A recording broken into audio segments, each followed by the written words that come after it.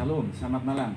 Malam hari ini kita berjumpa kembali untuk akan merenungkan bagian kebenaran firman Tuhan sesuai dengan tuntunan bacaan Alkitab tahunan kita. Dan pada malam hari ini kita akan merenungkan yaitu dari Kisah Rasul pasal yang ke-7 ayat 42 sampai yang ke-60 ya. Mari sebelum kita merenungkan bagian firman Tuhan pada malam hari ini, terlebih dahulu kita bersama-sama bersatu dalam doa. Kami bersyukur kepadamu Tuhan pada malam hari ini. Terima kasih buat kesempatan ini, waktu yang kembali Tuhan beri bagi kami untuk boleh ada kembali pada malam hari ini Tuhan, dan akan merenungkan bagian kebenaran firman-Mu ya Tuhan sesuai dengan tuntunan bacaan Alkitab tahunan kami. Kami berdoa mohon tolongan Tuhan, hikmat Tuhan surgawi memenuhi kehidupan kami hamba-Mu, dan sehingga kami boleh lebih mengerti Tuhan, memahami kebenaran-Mu, memahami rencana Tuhan, kehendak Tuhan dalam kehidupan kami Tuhan. Kami serahkan kami ke dalam tangan Tuhan, berkati seluruh umat-Mu, jemaat-Mu Tuhan, bahkan semua yang ikut bersama-sama dalam perenungan malam kami pada malam hari. Terima kasih, kami bersyukur dan bawa hidup kami ke dalam tangan Tuhan. Di dalam nama Tuhan Yesus Kristus kami bersyukur dan berdoa kepada Bapa surga. Haleluya, amin. Puji Tuhan yang saudara-saudara yang dikasihi oleh Tuhan dan seluruh jemaat Tuhan yang ada. Sesuai dengan tuntunan bacaan Alkitab tahunan kita pada hari ini tanggal 10 Juni. Kalau tadi pagi kita sudah merenungkan yaitu Ayub pasal 1 sampai yang ketiga, dan saya doa harapkan itu kita baca ya, jadi baca Ayub pasal 1 sampai yang ketiga, dan perenungannya adalah yang seperti tadi pagi saya sampaikan. Dan pada malam hari ini yaitu di Kisah Rasul pasal yang ke-7 ayat 42 sampai yang ke-60. Ini masih dalam serangkaian yaitu pembelaan Stefanus ya, ketika dia menghadapi tuduhan dan dia melakukan sebuah pembelaan ya. Dan ini yang sama-sama akan kita renungkan pada malam hari ini. Tentunya kita tidak akan mengambil semua dari ayat 42 sampai yang ke-60, tetapi kita akan coba melihat, mengangkat satu kebenaran ayat firman Tuhan yang akan kita bisa renungkan bersama-sama. Selain kita sudah membaca keseluruhan tentunya dari ayat 42 sampai 60, dan mungkin saja jemaat Tuhan dan saudara-saudara yang ada bisa juga memperoleh kebenaran-kebenaran ya yang menjadi rema bagi setiap kehidupan kita. Malam hari ini saya akan menyampaikan apa yang sekiranya kita bisa renungkan bersama-sama. Kita akan lihat yaitu dari Kisah 7 ayat yang ke-44 ya, 44 kita akan merenungkan ayat ini. Demikian bunyi firman Tuhan. Kemah kesaksian ada pada nenek moyang kita di padang gurun, seperti yang diperintahkan Allah kepada Musa untuk membuatnya menurut contoh yang telah dilihatnya. Dan lagi saya bacakan, kemah kesaksian ya. Ini kemah kesaksian ini menunjuk kepada tabernakel ya, yang dibuat oleh Musa dan yang diperintahkan sendiri oleh Tuhan kepada Musa untuk membuatnya ya. Dan ada pada nenek moyang kita di padang gurun, seperti yang diperintahkan Allah kepada Musa untuk membuatnya menurut contoh yang telah dilihatnya ya. Jadi kemah kesaksian ini adalah tabernakel, dan di tabernakel Musa ya, kita lebih kenalnya begitu. Dan lalu kata firman Tuhan, ada pada nenek moyang kita di padang gurun. Jadi selama dalam perjalanan di padang gurun tersebut, maka saudaraku ada tabernakel, yaitu ada kemah sembahyang. Di sini sebutnya kemah kesaksian ya, yang disuruh oleh Tuhan untuk Musa membuatnya ya di situ. Dan saudaraku, di sini dijelaskan dikatakan bahwa seperti yang diperintahkan Allah kepada Musa.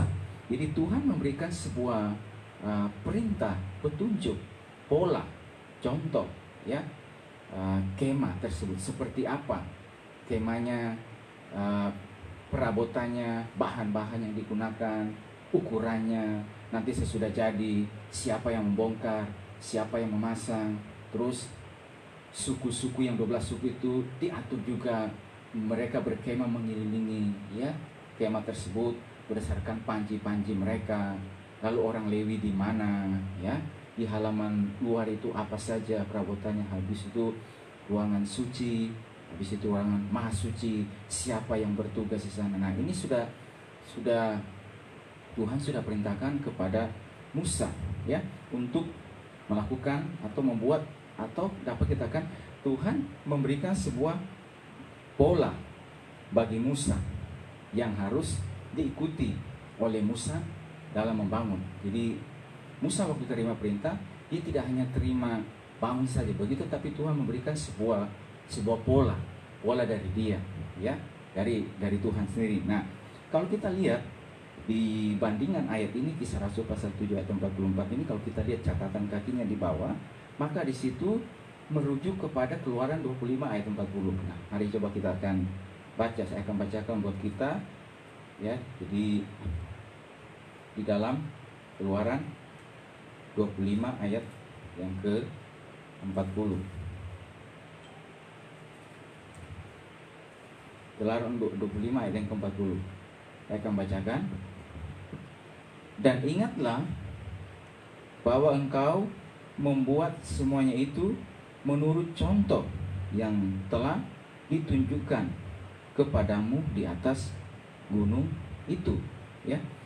Dan ingatlah bahwa engkau membuat semuanya itu menurut contoh yang telah ditunjukkan kepadamu di atas gunung itu, di atas gunung. Jadi waktu sebelum Musa, kalau kita lihat Kejadian pasal Keluaran pasal 25 ini mengenai mendirikan kemah suci, dan Musa terima hal tersebut itu Tuhan menyuruh Musa untuk naik ke atas gunung Sinai, ya.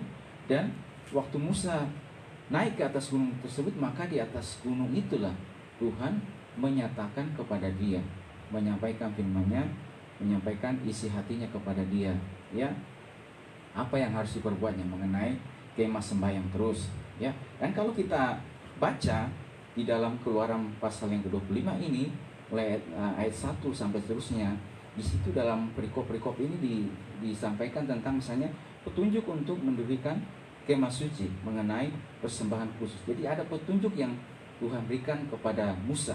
Kalau kita baca seterusnya, ya, jadi kita di sini dapati sebuah apa firman yang isi hati Tuhan yang disampaikan kepada Musa, bahwa Allah menyampaikan secara detail, ya, betul-betul detail perihal kemah sembahyang tersebut. Jadi Tuhan tidak hanya menyuruh Musa untuk membuat kemah sembahyang tersebut, tapi dia menyampaikan secara detail, ya, bahwa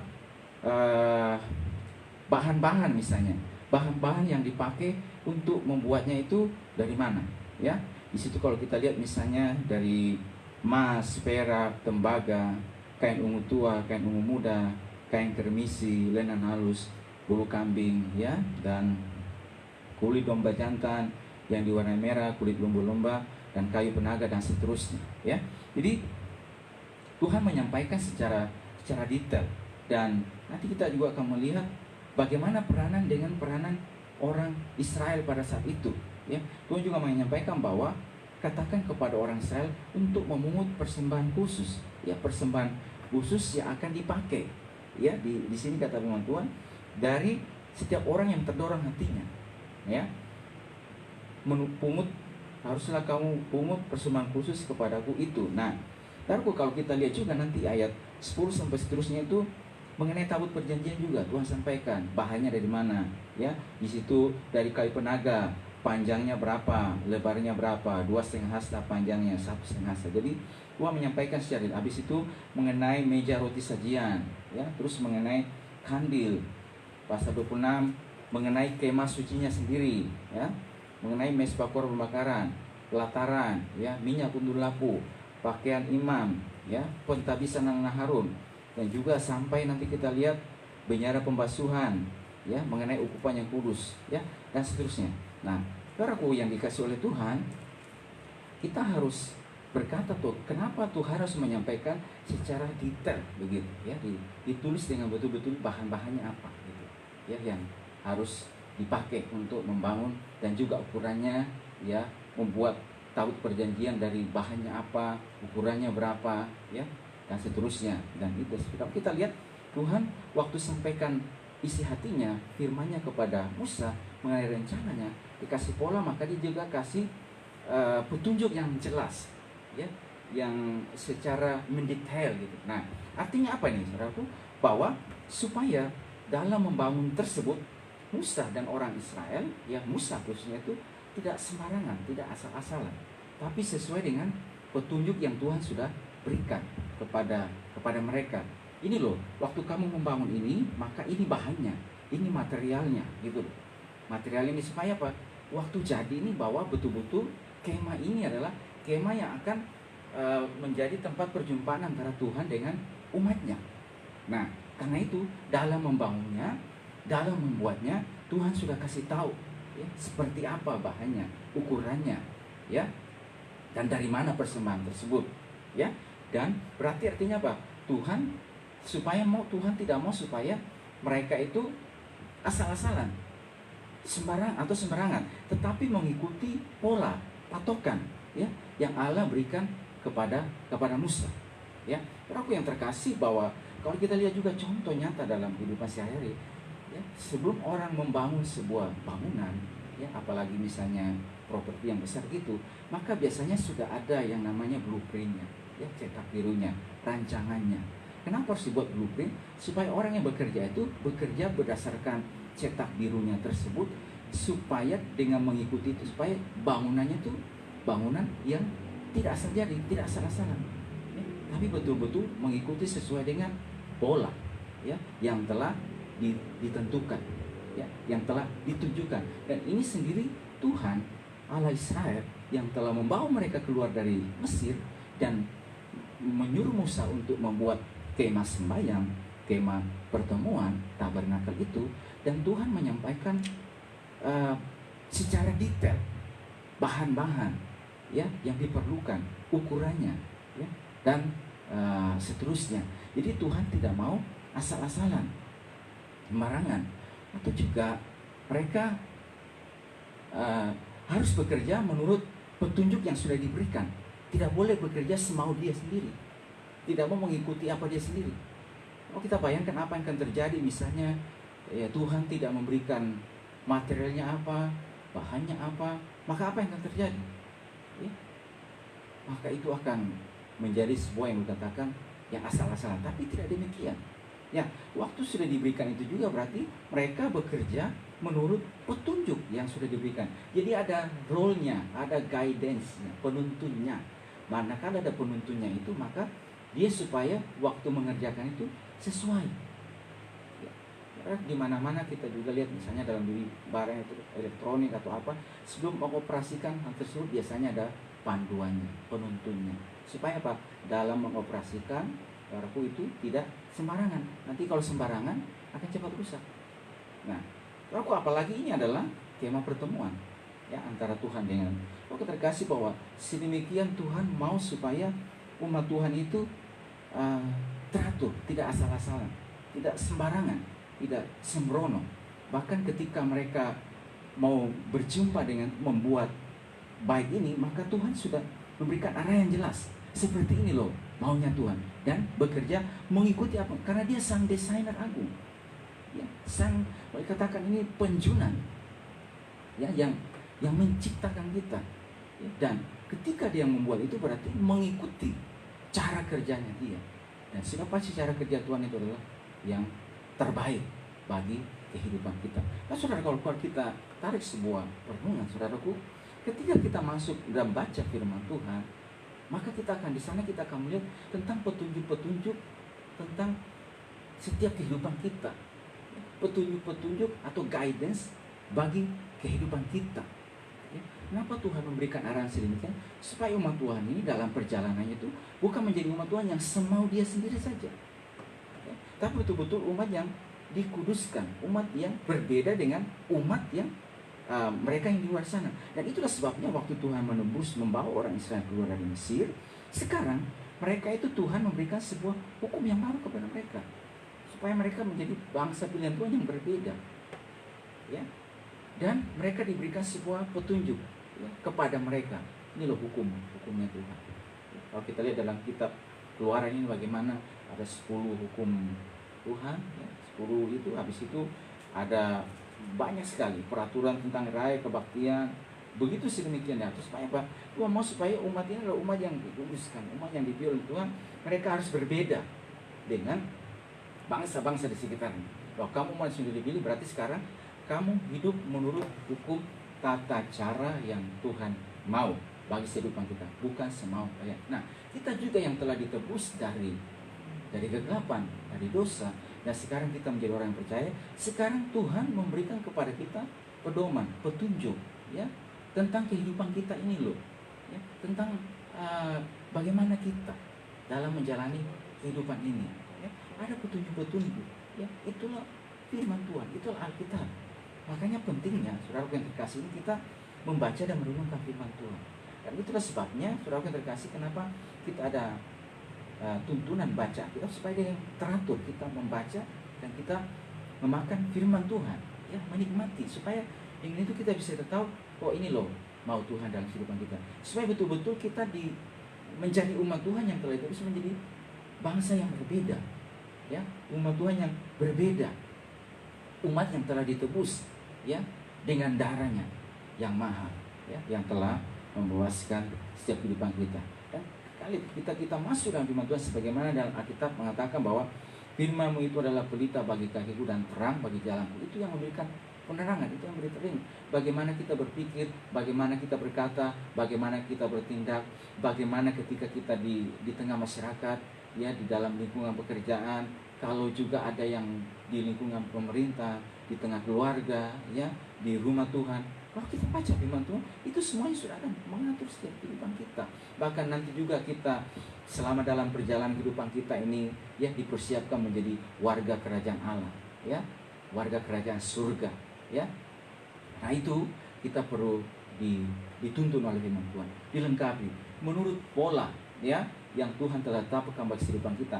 Dan respon dari kita berarti kita mengikuti polanya Tuhan tersebut, cara kerjanya Dia, ya, cara Tuhan mau membimbing kita, menuntun kita, bukan semau kita sendiri, ya, bukan semau gue, tetapi Tuhan, saya mau itu cara kerja Tuhan, ya, mau Tuhan. Dan kita memohon kepada Tuhan oleh pertolongan Roh Tuhan, pertolongan Roh Kudus memampukan setiap kehidupan kita untuk mengikuti, ya, cara kerja Tuhan. Dan itulah sebabnya juga dibutuhkan yang namanya ketaatan, ya, untuk mengikuti setiap cara kerja Tuhan, ya. Aku terkasih, itu yang kita bisa lihat, pelajari daripada bagian ini, ya. Dan berikutnya kita lihat dari sisi Musa. Kita lihat, saudaraku, sebelum Musa ini, yang saya katakan, sebelum Musa menjadi seorang yang begitu detail, terima dari Tuhan detail. Kemarin kita sudah baca bahwa di kisah 7 di ayat yang ke-22 itu, Musa dididik dalam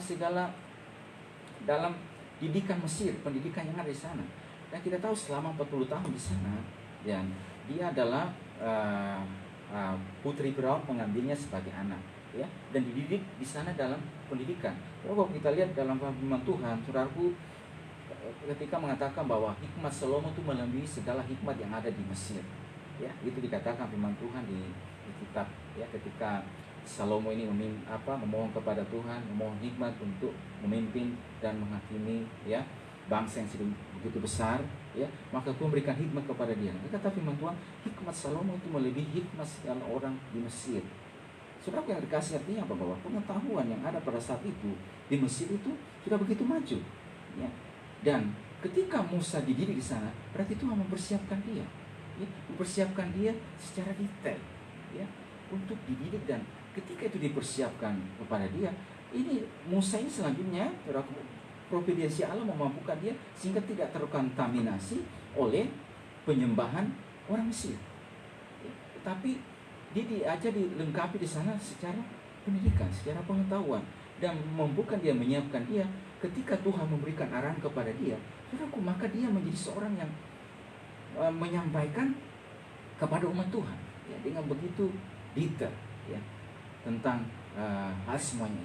Nah, saudara yang terkasih, apa bahwa Musa telah dipersiapkan sebelum Musa, jadi dipersiapkan dulu secara knowledge, pengetahuan, ya, pendidikan, dan baru setelah itu 40 tahun dipersiapkan secara kerohanian, secara mental, ya, untuk didik, untuk membawa orang Israel keluar dari Mesir, karena ini bukan pekerjaan yang mudah, membutuhkan kesabaran, membutuhkan kelembutan. Dan itu sebabnya kita mengatakan bahwa Musa itu adalah orang yang paling lembut hatinya, ya, karena menghadapi karakter orang Israel yang sedemikian tegak terengkup, ya. Jadi, saudaraku, persiapan ini dibuat Tuhan kepada Musa untuk menjadi seorang pemimpin yang akhirnya, saudaraku yang terkasih, dia menulis Taurat. Nah, di situ ada panduan-panduan, ada hukum-hukum di sana. Ya, ada hukum-hukum, ya, hukum perdata, hukum pidana ada di sana. Dan juga kita lihat tentang misalnya bahwa Tuhan juga mempersiapkan mereka untuk dalam bidang militer. Dan kalau kita baca juga seterusnya, bangsa yang ini nanti ketika masuk Kanan, supaya juga mereka memiliki sebuah kekuatan ekonomi yang kuat, ya, di sana. Nah, itu artinya apa nih? Tuhan sudah persiapkan pada Musa, melengkapi dia, mempersiapkan dia untuk ke sana. Nah, saya katakan kalau kita lihat firman Tuhan, orang yang terkasih, jangan anggap enteng setiap proses-proses yang sedang kita lewati pada hari ini, ya. Itu adalah bagian dari persiapan Tuhan bagi kehidupan kita untuk hidupmu ke depan mau seperti apa gitu. Tuhan akan memakai kita sesuai dengan kapasitas yang ada pada kita, ya. Tuhan akan memakai kita. Dan itu juga dalam perenungan kita yang di dalam kitab Nehemia, saya katakan bahwa Nehemia waktu mau menempati kota Yerusalem pada saat itu, setelah tembok selesai dibangun, maka dia mencatat dengan teliti, dengan detail siapa-siapa yang akan tinggal di sana, ya, menempati, ya. Jadi betul dicatat secara detail. Karena tujuannya apa? Ya, dengan sebuah maksud, dengan setujuan bahwa betul-betul orang yang tinggal di sana dengan sebuah komitmen dan kepada Tuhan untuk tinggal, dan supaya pengalaman apa yang sudah lewat itu tidak mereka lakukan, ya. Pengalaman yang buruk dilakukan oleh nenek moyang mereka tidak dilakukan, yang baik dipertahankan, bisa ditinggalkan, ya, oleh pertolongan Tuhan. Karena latar belakang Nehemia adalah seorang juru minuman di kerajaan Persia. Juru minuman, ya, saudara akan dikasih bahwa berarti ini seorang yang dekat dengan raja. Dan kalau itu berarti dibutuhkan ketelitian, ya, untuk membawa minuman. Jangan ada kesalahan, ya. Jangan ada kesalahan, ya. Itu yang saya katakan, bagaimana mengatur orangnya, timetable, time-nya, waktunya, ya. Terus sebelum dihidangkan kepada raja ini mesti diteliti dulu, sudah layak tidak. Terus dari mana sumbernya ini, sumber yang bisa dipercaya atau tidak. Harus demikian. Orang-orangnya, siapa yang bertugas, supaya pastikan mereka betul-betul ada pada posisinya masing-masing, ya. Karena ini raja yang merajai 127, ya, 127 kerajaan, ya, kota yang ada pada saat itu. Berarti bahwa harus betul-betul detail. Nah, jadi akhirnya Tuhan memakai dia, mempersiapkan. Ini kan juga dengan Musa, ya. Dan juga kalau kita lihat tokoh-tokoh Alkitab yang lainnya, ya. Jadi pada hari ini kalau Tuhan sedang mempersiapkan saudara, melatih kita, berarti ada satu maksud Tuhan di sana. Ada satu rencana Tuhan bahwa supaya kehidupan kita ini, orang yang terkasih, nantinya menjadi orang yang akan dipakai Tuhan sesuai dengan kapasitas yang telah Tuhan berikan bagi kita, yang telah Tuhan persiapkan bagi seluruh kehidupan kita. Karena itu jalani itu, ya, setiap proses itu, jalani setiap apa yang ada pada hari itu dengan memandang jauh ke depan, supaya Tuhan memakai kehidupan kita di waktu yang ke depan, ya, di masa-masa yang ke depan, masa yang kita jalani sampai pada hari ini, ya. Jadi sebab itu maka Tuhan sudah mempersiapkan terlebih dahulu, dan Tuhan juga perlu memperlengkapi, mempersiapkan setiap kita, anak-anak Tuhan, orang yang percaya, supaya menjadi alat Tuhan, ya. Dan itulah sebabnya juga misalnya seperti para murid itu yang sekalipun dari latar belakang nelayan, tapi Tuhan mengajar mereka selama 3,5 tahun, ya, siang malam diajar secara langsung dari guru agung, ya, mengajar mereka firman Tuhan, membekali mereka, melengkapi mereka, dan juga melalui pengalaman-pengalaman hidup sehari-hari, pengalaman yang nyata di tengah masyarakat, menghadapi gelombang, menghadapi orang sakit, menghadapi orang yang kerasukan, ya, terus apalagi menghadapi orang yang sakit lumpuh, ya, memberi makan 5.000 orang, 4.000 orang, ya, nah, seterusnya. Dan banyak lagi pengalaman-pengalaman yang menyembuhkan orang yang 30 tahun, ya, sakit lumpuh di kolam Bethesda. Artinya apa? Supaya mereka berhadapan nyata dengan langsung situasi di masyarakat. Mereka bisa tahu, dan selanjutnya itu menjadi pengalaman mereka di waktu yang ke depan. Nah, saudaraku, jadi pada hari ini kita yang ada, Tuhan akan memakai kehidupan kita. Dan itu juga kata Mazmur, orang yang tertanam dalam rumah Tuhan, mereka akan tumbuh subur seperti pohon korma dan pohon asli di Libanon. Pada masa tua pun mereka akan menjadi gemuk dan segar untuk memberitakan bahwa Tuhan itu benar dan tidak ada kecurangan. Menjadi gemuk dan segar itu artinya apa? Tetap berisi, tetap padat, karena mereka telah tertanam dalam rumah Tuhan dan mereka telah diisi, dilengkapi. Bahkan mereka juga menggunakan setiap momen kesempatan itu untuk belajar. Ya, apa yang bisa dipelajari, apa yang bisa dikerjakan dalam situasi ini. Saya melihat dari kacamata Tuhan, apa yang saya bisa pelajari pada hari ini, ya, mulai dari skop yang kecil. Di tengah skop yang kecil ini saya bisa belajar apa, saya bisa belajar apa dari situasi ini, ya. Saudaraku, dengan kita belajar seperti itu, supaya oleh pertolongan Tuhan dan perjalanan ini, Tuhan akan maju kita dan kita bisa melihat jauh ke depan, ya, untuk mulai bagi nama Tuhan. Berikutnya, saudaraku, itu yang tadi saya katakan, berfirmanlah Tuhan kepada Musa di dalam Keluaran pasal 25 itu, artinya Tuhan menyampaikan isi hatinya, apa yang ada di pikiran dia. Itu Tuhan sampaikan, isi hati. Disampaikan kepada siapa? Musa. Dan waktu Musa menerima firman Tuhan ini, visi ini, saudara yang terkasih, membangun kemah suci ini, dia harus naik ke atas gunung, ya. Dia harus naik, ya. Artinya apa nih, saudara? Untuk menerima hal tersebut, maka dia harus naik dan berjumpa dengan Tuhan di sana, ya. Bergumul secara pribadi di sana. Baru Tuhan beritahukan isi hatinya kepada dia. Tuhan beritahukan rencananya, sampaikan secara detail. Taruh yang terkasih, bahwa isi hati Tuhan akan terus menyatakan juga bagi kehidupan kita. Ketika saudara yang terkasih, kita memiliki terus hubungan yang erat, yang akrab, ya, dengan Tuhan. Bahkan di kitab Mazmur mengatakan, di tempat yang dalam mereka melihat perbuatan-perbuatan yang ajaib, ya, daripada Tuhan. Jadi kalau pada hari ini maka terkasih, Tuhan beritahukan rahasia kepada kita, beritahukan berarti. Artinya apa? Hidup rohani kita tuh jangan seperti orang lain, tapi harus berbeda, harus jauh terus naik, lebih dalam lagi, lebih dalam lagi. Kami mau mengasihi itu, ya. Baru Tuhan akan menyampaikan isi hatinya kepada kita, ya, setiap firman-Nya bagi setiap kehidupan kita, ya, tentang rencananya. Dan di tempat yang tinggi itu, kalau saudara kita naik ke tempat yang tinggi, di tempat yang tinggi itu kita akan bisa melihat jauh ke depan tanpa ada halangan, ya. Rintangan bagaimana mata ini bisa memandang jauh ke depan. Itu artinya ada satu ketajaman untuk melihat ke depan, ya, ke depan, visi yang jauh ke depan gitu. Ketika Tuhan bawa kita juga naik ke tempat yang tinggi, di tempat yang tinggi itu kita bisa melihat dengan mata rohani, sebagaimana Raja Wali yang memandang dari ketinggian, dia bisa melihat di bawah ada mangsa, dan dengan ketajaman itu dia bisa menyergap mangsa yang ada di bawah. Demikian juga ketajaman penglihatan daripada Tuhan memampukan kita untuk bisa melihat jauh ke depan tentang hidup kita, karena hidup kita pada hari ini terus naik level, ya, lebih dalam lagi, lebih maju, lebih bersama dengan Tuhan. Dan kita berdoa supaya terus kehidupan kita makin maju ke depan, makin rohani kita makin bertambah. Ada tantangan, ada pergumulan, ada perjuangan, tapi tetap kuat dalam Tuhan, ya, tetap maju. Ada hal-hal yang kita bisa belajar. Dan yang terakhir, saudara, yang kita lihat dari sisi orang Israel juga, Tuhan kasih tahu kepada Musa, katakanlah, sampaikan kepada orang Israel, orang-orang yang tergerak hatinya, artinya supaya mereka membawa persembahan. Artinya apa? Disuruh untuk ikut bersama-sama, turut berpartisipasi. Jangan ada yang berpangku tangan. Pembangunan kemah suci ini, Tuhan sendiri yang menyuruh. Artinya setiap umat Tuhan itu harus ikut berpartisipasi, ya. Jangan berpangku tangan. Apa yang kau bisa lakukan? Engkau punya emas, bawa. Engkau punya perak, bawa. Engkau punya tembaga, bawa. Ada yang punya kulit ini, bawa, ya. Ada yang punya kain ini, bawa.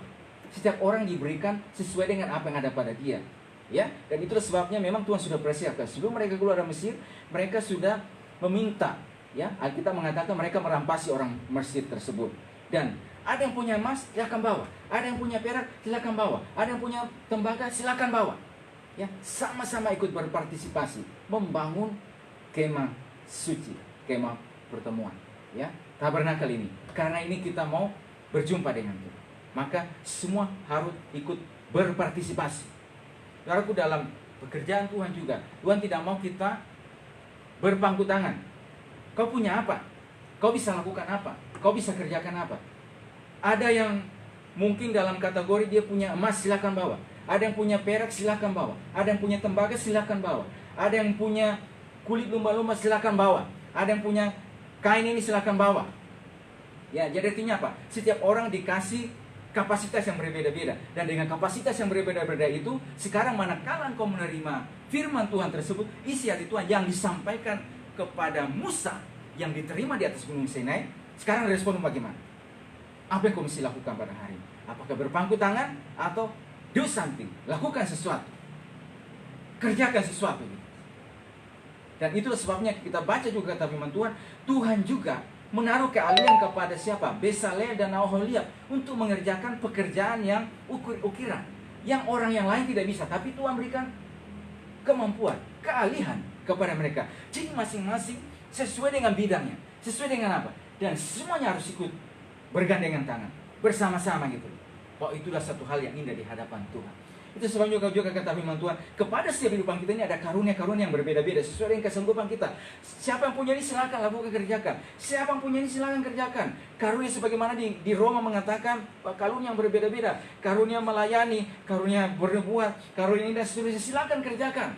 Lakukan semuanya itu untuk hormat kemuliaan. Jadi Tuhan tidak mau ada yang tinggal diam, berpangku tangan. Tuhan mau kita juga pada hari ini, di mana Tuhan bawa tempatkan kehidupan kita. Apa yang kita bisa lakukan, kerjakan pada hari ini. Ya, jangan tinggal dan menonton. Ya, jangan tinggal dan menonton, tetapi kita mulai ikut bersama-sama gitu. Ya, mulai ikut berkarya bersama-sama dalam ladang Tuhan.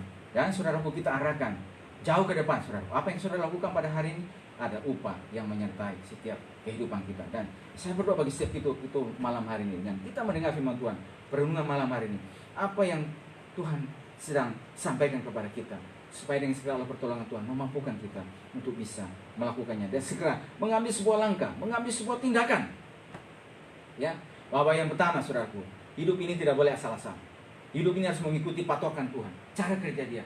Dan kita berdoa memohon pada Tuhan untuk mampukan kita mengikuti pola ilahi, polanya Tuhan, cara kerjanya Tuhan, melalui tuntunan firman Tuhan. Entahkah firman Tuhan datang mendidik, mengajar, memperbaiki kelakuan, terima setiap kebenaran firman Tuhan. Supaya kita ini, saudaraku yang terkasih, seperti yang maunya Tuhan, dipersiapkan menjadi warga kerajaan Allah, ya, yang seirama dengan pikirannya Tuhan, melalui kebenaran firman Tuhan. Saudaraku, baru kita juga belajar bahwa Tuhan terus mempersiapkan kehidupan kita menjadi alat Tuhan di waktu yang ke depan. Pada masa ini Tuhan terus mengajar kita banyak hal, memperlengkapi kita banyak hal, ya, supaya saudara tidak ada yang tinggal diam, tetapi dia mengerjakan sesuatu, melakukan sesuatu.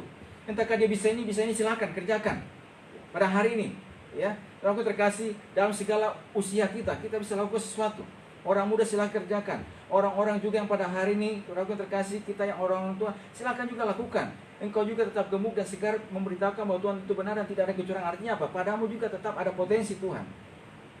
Bawa nama Tuhan melalui kehidupan kita, supaya nama Tuhan dipermuliakan dan ditinggikan, dan nama Tuhan semakin masuk melalui kehidupan kita. Puji Tuhan, saya berdoa supaya Tuhan terus memberkati kehidupan kita pada malam hari ini, dan Tuhan terus menolong setiap langkah kita. Terima kasih.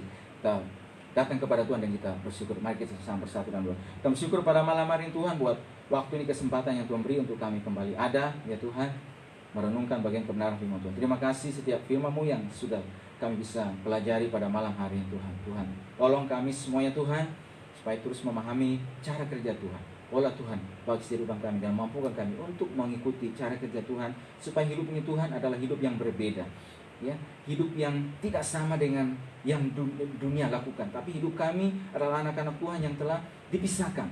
Dan pemisahan berarti kami adalah warga kerajaan Allah, dan di dalam dunia ini kami bertindak seperti warga kerajaan Allah, karena ada patokan Tuhan, ada firman Tuhan, ada penuntun ilahi bagi setiap kehidupan kami, ya Tuhan. Kami bersyukur Tuhan, dalam perjalanan kami, dalam langkah kami Tuhan, juga Tuhan terus ada kapasitas, ada potensi yang Tuhan beri bagi kami, untuk semuanya ya Tuhan ikut bersama-sama, berpartisipasi dalam apa yang mereka bisa lakukan. Kerjakan ya Tuhan. Tuhan, hormat kemuliaan bagi nama-Mu Tuhan. Kami percaya juga Tuhan, Engkau juga pada hari ini Tuhan terus melatih kami, mempersiapkan kami, melengkapi kami untuk menjadi alat-Mu di waktu yang ke depan ini Tuhan, pada saat yang kami jalani pada hari ini Tuhan, sehingga melalui kehidupan kami Tuhan, nama Tuhan dipermuliakan, banyak juga disemakan ya Tuhan, dan ya Tuhan menjadi kemuliaan bagi nama. Kami syukur, berkati semua umat-Mu, jemaat-Mu pada malam hari, dimanapun mereka berada, dan juga satu persatu yang ikut bersama-sama Tuhan. Tolongan Tuhan, kasih karunia Tuhan, anugerah Tuhan ada sebagai setiap kehidupan kami Tuhan. Engkau terus menyertai kami. Kami bersyukur, berkati kami semua, kami bersyukur pada malam hari ini. Di dalam nama Tuhan Yesus Kristus, kami bersyukur dan berdoa kepada Bapa di surga. Haleluya. Amin. Puji Tuhan, Tuhan berkati kita semuanya, dan shalom. Selamat malam.